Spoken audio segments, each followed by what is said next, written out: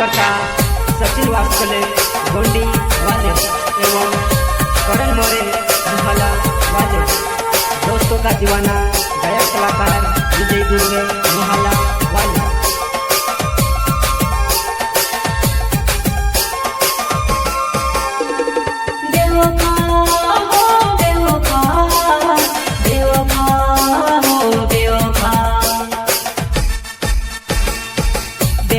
मारे सामने कभी झूठ आवे हो, बेवफा मारी नजर सामने झूठ आवे हो।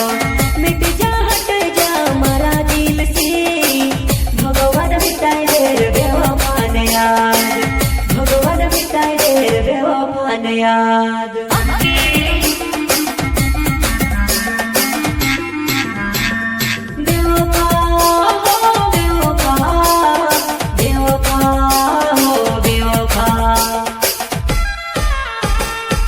बेवफा मारे सामने कभी झूठ आवे हो, बेवफा मारी नजर सामने झूठ आवे हो। मिट जा हट जा मारा दिल से, भगवान मिटाई दे बेवफा ने याद, भगवान मिटाई दे बेवफा ने याद।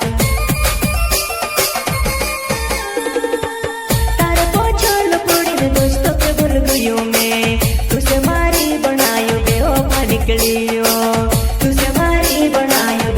निकलियो।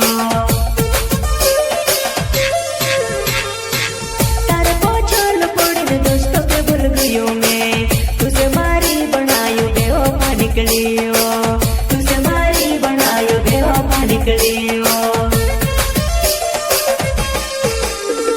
सचिन वास्कोले मारो नाव छे मारी जुवानाय, गुंडी गाँव मारो हमें तो जुवानाय, गुंडी गाँव मारो हमें तो जुवानाय।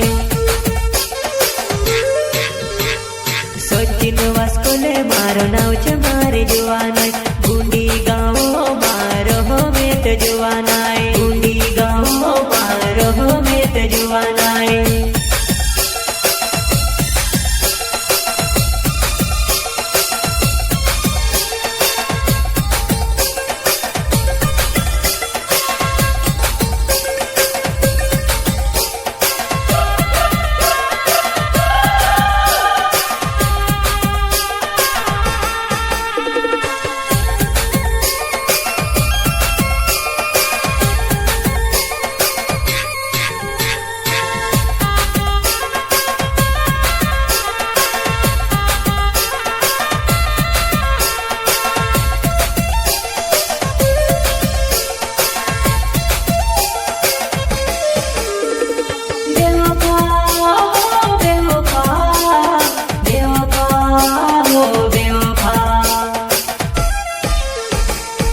बेवफा मारे सामने कभी झूठ आवे हो, बेवफा मारी नजर सामने झूठ आवे हो।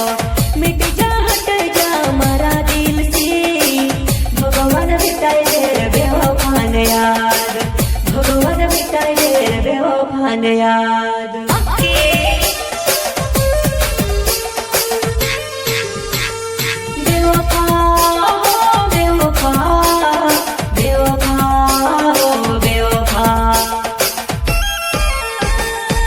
बेवफा मारे सामने कभी झूठ आवे हो, बेवफा मारी नजर सामने झूठ आवे हो। मिट जा हट जा मारा दिल से, भगवान मिटाई दे बेवफा ने याद, भगवान मिटाई दे बेवफा ने याद।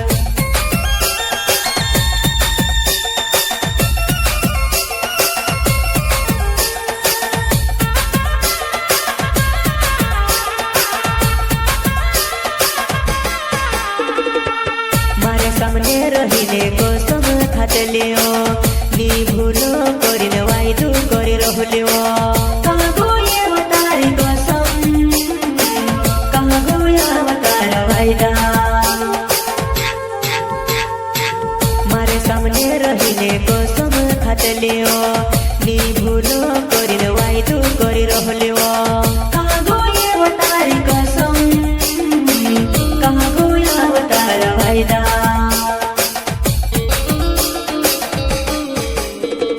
करण मोरे मारो